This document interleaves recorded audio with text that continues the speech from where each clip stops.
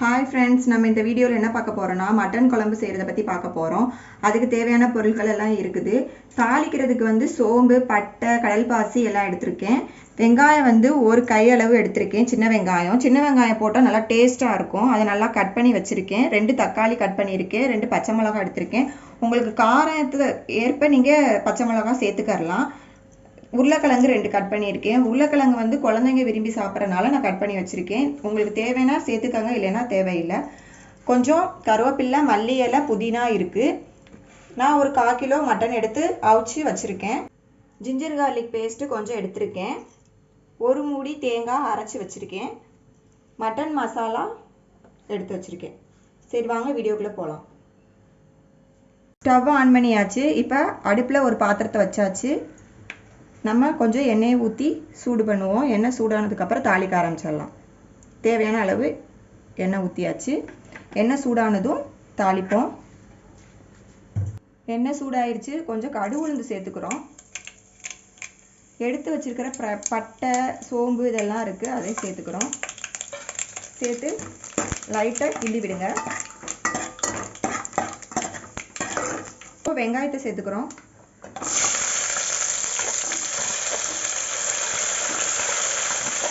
சேர்த்து நல்லா வதக்கி விடுங்க வெங்காயத்தை. அடுப்பை மீடியம் ஃப்ளேமில் வச்சுக்கோங்க. இப்போ நம்ம கருவேப்பிலையே லைட்டாக சேர்த்துக்கலாம்.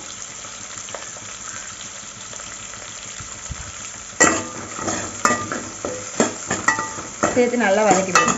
1 table spoon ginger garlic paste சேர்த்துக்கிறோம். நல்லா வதக்கி விடுங்க. இஞ்சி பூண்டு வாசனை போகிற வர நல்லா வதக்கிடுங்க. அது வதக்கினதுக்கப்புறம் நம்ம எடுத்து வச்சிருக்கிற மல்லி இலை, புதினாவை சேர்த்துக்கலாம்.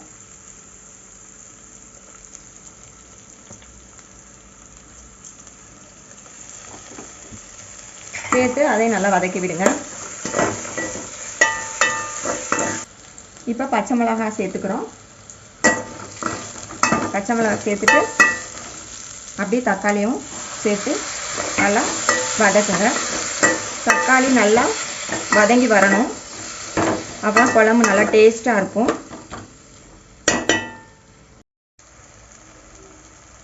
தக்காளி நல்லா வதங்கிருச்சு. நம்ம இப்போ உருளைக்கிழங்கு போட்டுடலாம். போட்டு நல்லா பிரட்டி விடுங்க.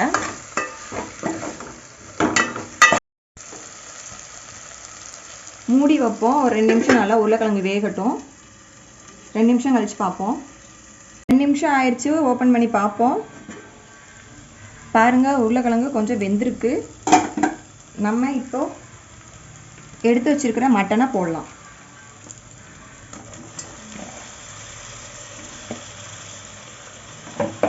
மட்டனை சேர்த்து நல்லா பிரட்டி விடுங்க. ஒரு 3 நிமிஷம் வேகட்டும். மீடியம் ஃப்ளேம்லேயே வச்சுக்கோங்க. 3 நிமிஷம் வேகட்டும். அதுக்கப்புறம் நம்ம மசாலா கலக்கலாம்.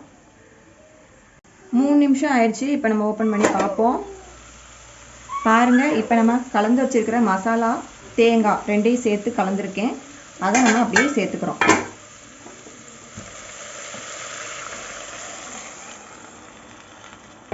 சேர்த்து நல்லா கலந்து விடுங்க.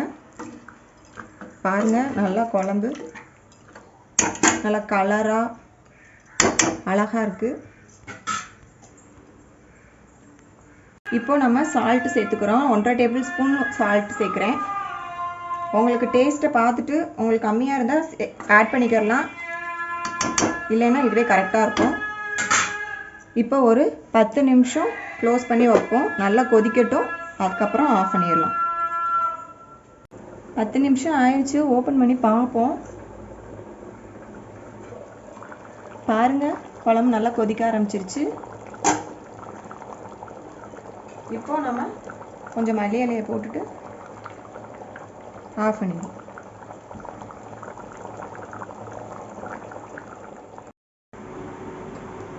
ஓகே ஃப்ரெண்ட்ஸ், மட்டன் குழம்பு ரெடி ஆயிடுச்சு. நீங்களும் இது மாதிரி ஒரு தடவை செஞ்சு பாருங்கள். உங்களுக்கு இந்த வீடியோ பிடிச்சிருந்தா லைக் பண்ணுங்கள், ஷேர் பண்ணுங்கள், கமெண்ட் பண்ணுங்கள், சப்ஸ்கிரைப் பண்ணுங்கள். மறக்காமல் இந்த பெல் ஐக்கானை கிளிக் பண்ணுங்கள்.